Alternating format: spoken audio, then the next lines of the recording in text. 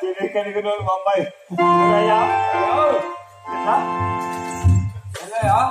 బొబ్బాయి ఎంత తెలియకలవాడు చూడు. ఏంటది ఏం లేదా అది మీ అమ్మ చచ్చిపోయిన 3 నెలలకు పుట్టారు అసలే.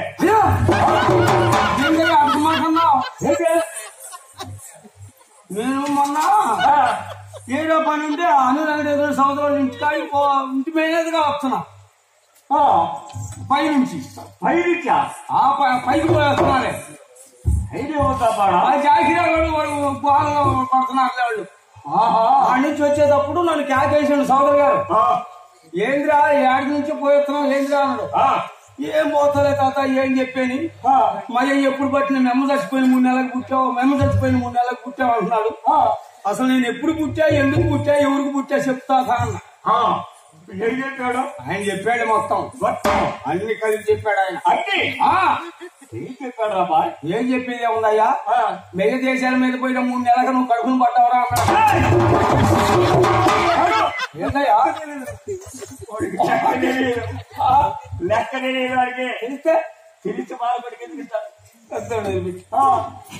కానీ అమ్మవారి పలుకల సులువై కూర్చుంటే మేళతాళంలో మరుగుతుంటే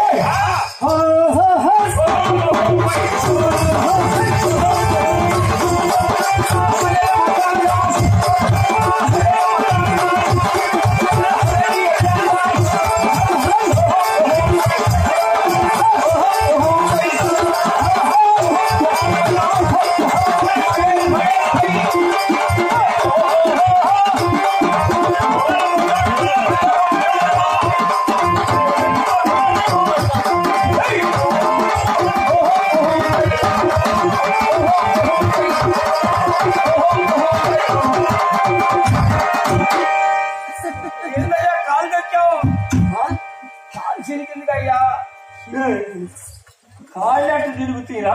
అదే ఎరగపోయి సిలిగిందయ్యా. కాలు దొక్కావండి. కాళ్ళ మీద రమ్మన్నాడే ప్రసాద్ బాబు. ప్రసాద్ బాబు తక్కువడు కాదు, కాడు తొక్కుంటారా అన్నాడు. అందుకే నలసికి పొలం పెడుతున్నారు. ఆ మామూలు మధ్యలో వెంకటేశ్వర స్వామి ఒక అవతార పరిమాణం వస్తున్నాడు. ముందు అవతారంలో వస్తున్నాడు తమ్ముడు.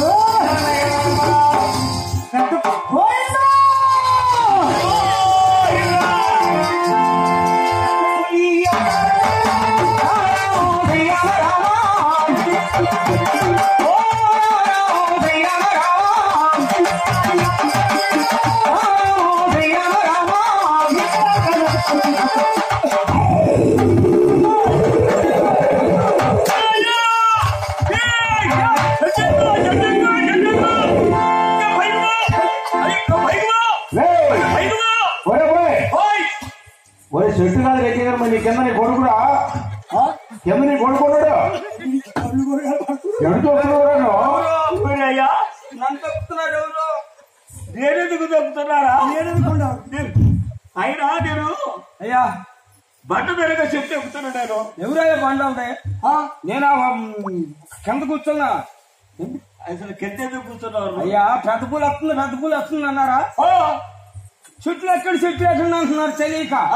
వామ్మో ఈ చెట్టు ఎక్కపోయేటప్పుడు కాలు పట్టుకొని లాగిద్దని దానికి గడపడకుండా గుంట్లో కూర్చొని కంపేసుకున్నా. నేను అది తెలియక లాగే చెప్తున్నావు.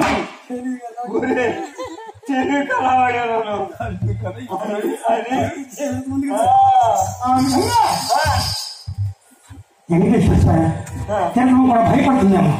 పొరుగు పాని మారి ఆ స్వామి వారి నాగశిష్యుని అంటారు.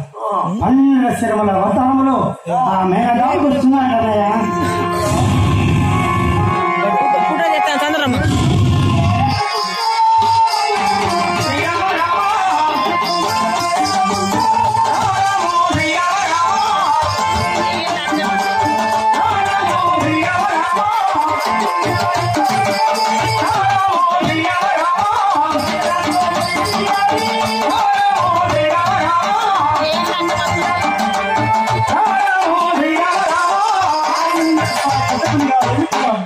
ఇక నాగమల్ల మేనేశ్వర్ వస్తున్నాడు వేరే దగ్గరికి.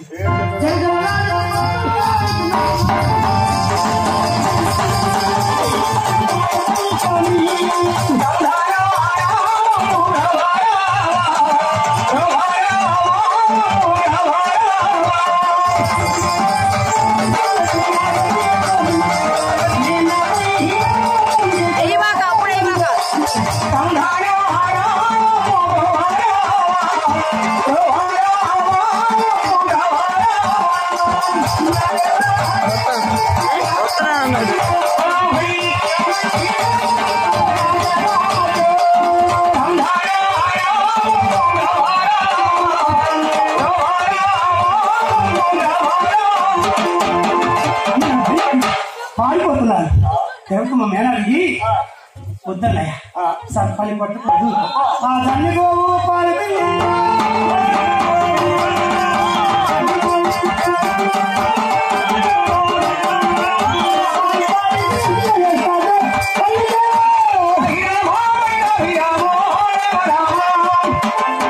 శివకుమార్ ఆనందిస్తుంది.